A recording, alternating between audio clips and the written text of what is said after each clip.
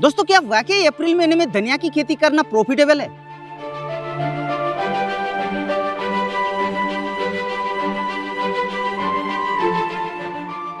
जी बिल्कुल प्रॉफिटेबल है, लेकिन आपको सही टेक्निक, सही मैनेजमेंट और सही वैरायटी के साथ करना है। तभी जाके आप लोग अप्रैल महीने में धनिया की खेती करके प्रॉफिट कमा सकते हैं।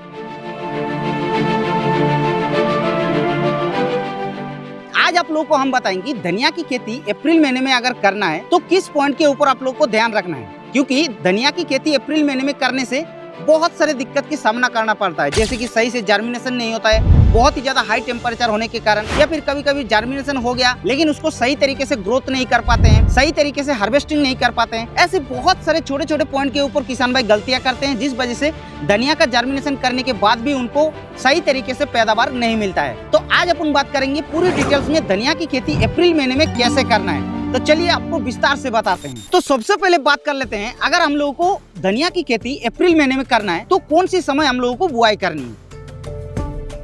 तो धनिया एक ऐसा फसल होता है जो कि एक महीने के अंदर ये पूरा एकदम रेडी हो जाता है। ज्यादा से ज्यादा 35 दिन तक चला जाता है, लेकिन आप लोग अगर अर्ली वैरायटी को सिलेक्ट करते हैं तो आपका एक महीने के अंदर ये हार्वेस्टिंग के लिए तैयार हो जाएगा। तो वो तो आप लोगों को हम बाद में बता रहे हैं कि कौन सी वैरायटी को आप लोग को सिलेक्ट करना है, लेकिन उससे पहले हम लोगों को इसका जो सही समय है वो आप लोगों को बता देते हैं। देखिए, सबसे पहले आप लोगों को अप्रैल का फर्स्ट वीक में बुआई कर देनी है। उसके बाद जो मेन बताती है धनिया की फसल को अगर हम लोगों को अप्रैल महीने में उगाना है तो कुछ छोटे छोटे पॉइंट के ऊपर ध्यान रखना पड़ता है, और ज्यादातर किसान भाई यहीं पर गलती करते हैं, जिस वजह से धनिया की खेती से लॉस की सामना करना पड़ता है। तो चलिए आखिर ये कौन सा छोटे छोटे पॉइंट है वो आप लोगों को एक एक करके बताते हैं। तो आप लोगों को सबसे पहला जो काम करना है, सिर्फ धनिया की ही बुआई नहीं करना है। आप लोगों को कोशिश करना है कि उसके साथ लंबे जो फसल होता है, लंबे जातीय जो फसल होता है उसको आप लोगों को लगाना है। जैसे कि मिर्च हो गया, बैगन हो गया, टमाटर हो गया, इन सारे फसल के अंदर अगर आप लोग धनिया की बुआई करते हैं तो क्या होता है कि टमाटर मिर्च का पौधा जैसे ही बड़ा हो जाता है तो उसका छांव में धनिया को ग्रोथ करने के लिए वो सही होता है।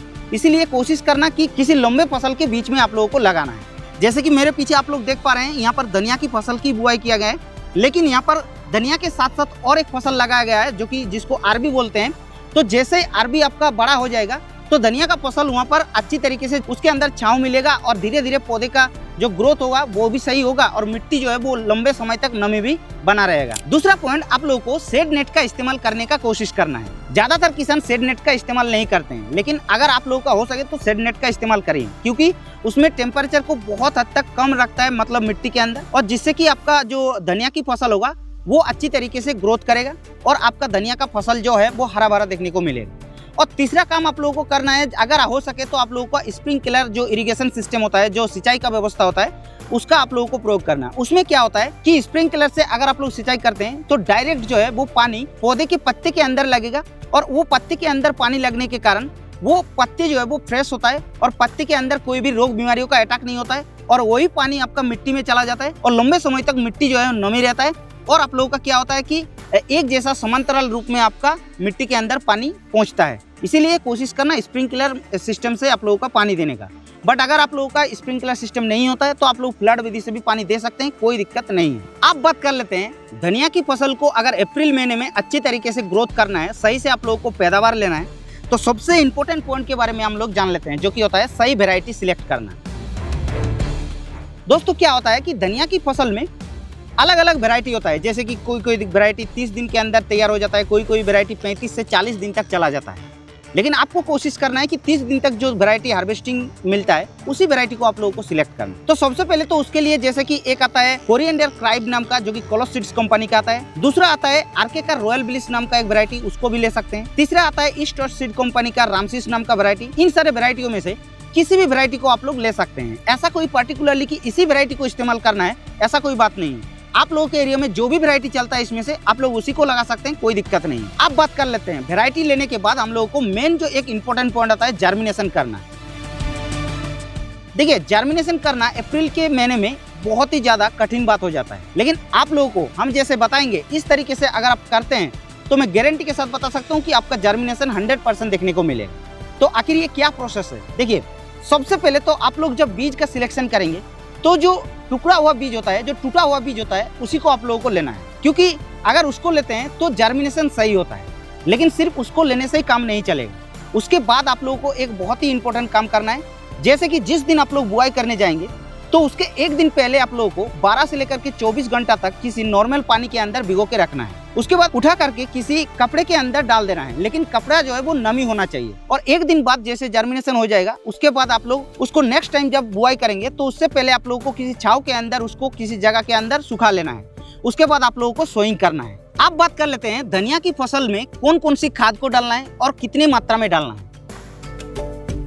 देखिए, धनिया की फसल को बुआई करने से पहले बेसाल डोज के तौर पे आप लोगों को ज्यादातर कोशिश करना डीएपी खाद को इस्तेमाल करना है, यानी कि डाई अमोनियम फॉस्फेट को इस्तेमाल करना। क्यों? क्योंकि उसके अंदर भरपूर मात्रा में फास्फोरस होता है और फास्फोरस क्या करता है कि जो जर्मिनेशन करने के लिए बहुत ही ज्यादा हेल्प करता है। 1 एकड़ में 40 से 50 किलोग्राम डीएपी खाद को लेना है और उसके साथ साथ आप लोगों को लेना है म्यूरेट ऑफ पोटाश को। पोटाश को लेने से क्या होता है, पौधे जो है वो मजबूत बनता है और पौधे के अंदर रोग बीमारियों का अटैक होने से भी बचाता है। अब बात कर लेते हैं, जैसे धनिया का जर्मिनेशन हो गया है उसके बाद 2 पत्ता जब हो जाएगा तो उस समय एक चीजों का सबसे डर होता है किसानों का, वो होता है जड़ गलन की समस्या, जिसको रूट रॉट बोला जाता है। तो उसके लिए आप लोगों को नॉर्मली बायर का जो एलियट फंगिसाइड होता है उसको आप लोगों को 2 ग्राम प्रति लीटर पानी में घोल बना करके स्प्रे कर देना है, जिससे आप लोगों का 10 से 12 दिन तक ये जड़ गलन से बचा देगा। उसके बाद जैसे 10 से 12 दिन हो जाएगा तो 6-7 पत्ता हो जाएगा। तो 6-7 पत्ता जब हो जाएगा तो फिर से आप लोगों को एक बार एलियट फंगिसाइड को रिपीट में स्प्रे कर देना है, जिससे आप लोगों का और 10-12 दिन तक ये प्रोटेक्ट करके रख लेगा। जो रूट रॉट फंगस होता है उसमें आप लोगों का डरने का कोई जरूरत नहीं। अब बात कर लेते हैं, जैसे आप लोगों का धनिया का फसल लगभग 20 से 25 दिन तक हो जाएगा तो उस समय एफिड और जेसिड्स का प्रकोप होने का थोड़ा सा डर रहता है किसानों को। तो उसके लिए नॉर्मली आप लोग अगर नीम ऑयल जो 3000 ppm वाला नीम ऑयल होता है उसको आप लोगों को 5 ml प्रति लीटर पानी में घोल बना करके स्प्रे कर देते हैं तो सारे रसीसों कीटों का खत्म हो जाएगा। अब बात कर लेते हैं, धनिया की फसल जैसे 20 से 22 दिन के बीच में हो जाएगा तो उस समय एक आप लोगों का जो एनपीके वाटर सोल्यूबल खाद होता है, जैसे कि 19-19 होता है या फिर 20-20 होता है, इसमें से आप लोगों को किसी को एक को इस्तेमाल करना है। उसमें क्या होता है, नाइट्रोजन और फास्फोरस और पोटास तीनों जो है वो भरपूर मात्रा में मिल जाता है। 20% वाला लेते हैं तो 20% के हिसाब से मिलता है और अगर आप लोग 19% वाला लेते हैं तो 19% के हिसाब से तीनों जो है वो संतुलन मात्रा में मिल जाता है। इसीलिए आप लोगों को कोशिश करना कि इसको आप लोगों को 5 ग्राम प्रति लीटर पानी में घोल बना करके स्प्रे कर देना। उससे क्या होगा, पौधे के अंदर जो पत्ता होगा वो भी ज़्यादातर हरापन रहेगा और पौधे का ग्रोथ भी अच्छा रहेगा। और आप लोगों को इसको सेम एक बार 5 दिन बाद रिपीट कर देना है। फिर आप लोगों का जैसे हार्वेस्टिंग के टाइम आएगा तो पत्ता जो है वो एकदम हरा भरा रहेगा और आप लोगों का पौधे का ग्रोथ तो सही रहेगा। तो इस तरीके से स्प्रे शेड्यूल आप लोगों को चलाना है। अब बात कर लेते हैं धनिया का लास्ट पॉइंट के ऊपर, जो कि होता है हार्वेस्टिंग। तो देखिए, अगर आप लोगों को धनिया की फसल का हार्वेस्टिंग करना है तो एक चीज को आप लोगों को ध्यान रखना है कि सुबह आप लोगों को हार्वेस्टिंग करने का कोशिश करना है। क्यों? क्योंकि सुबह अगर आप लोग हार्वेस्टिंग करके मार्केट में ले जाते हैं तो व्यापारी भाई को ऐसा लगता है कि अभी हार्वेस्टिंग करके ले आया है, तो उसमें क्या होगा कि मार्केट में डिमांड आपका बढ़ जाएगा। एक बात तो हो गया। दूसरा बात क्या है कि शाम के समय आप लोगों को हार्वेस्टिंग नहीं करना है। अगर आप लोग शाम के समय हार्वेस्टिंग करते हैं तो नेक्स्ट दिन जब आप लोग मार्केट में बेचने जाएंगे तो उसमें क्या होगा, तो उसमें व्यापारी भाई को लगेगा कि ये जो धनिया है ये 3 से 4 दिन का पुराना धनिया है, तो इसीलिए आपका डिमांड जो है वो कम हो जाएगा। तो आपको कोशिश करना सुबह हार्वेस्टिंग करना। और लास्ट में एक पॉइंट, जब आप लोग हार्वेस्टिंग करेंगे तो उसको कटिंग विधि से नहीं करना है, आप लोगों को पूरा जड़ से उखाड़ना है। जड़ से उखाड़ने के बाद उसको आप लोग जब धो लेंगे तो वो जो धनिया है वो व्यापारी भाई ज्यादा पसंद करता है कटिंग के तुलना में। तो आप लोगों को इसीलिए हम बता रहे हैं कि जड़ को उखाड़ करके आप लोगों को हार्वेस्टिंग करना है। तो इस तरीके से अगर आप लोग अप्रैल महीने में छोटे छोटे पॉइंट को ध्यान रखते हुए धनिया की फसल को उगा रहे हैं तो आप लोग 100% सक्सेसफुल हो सकते हैं।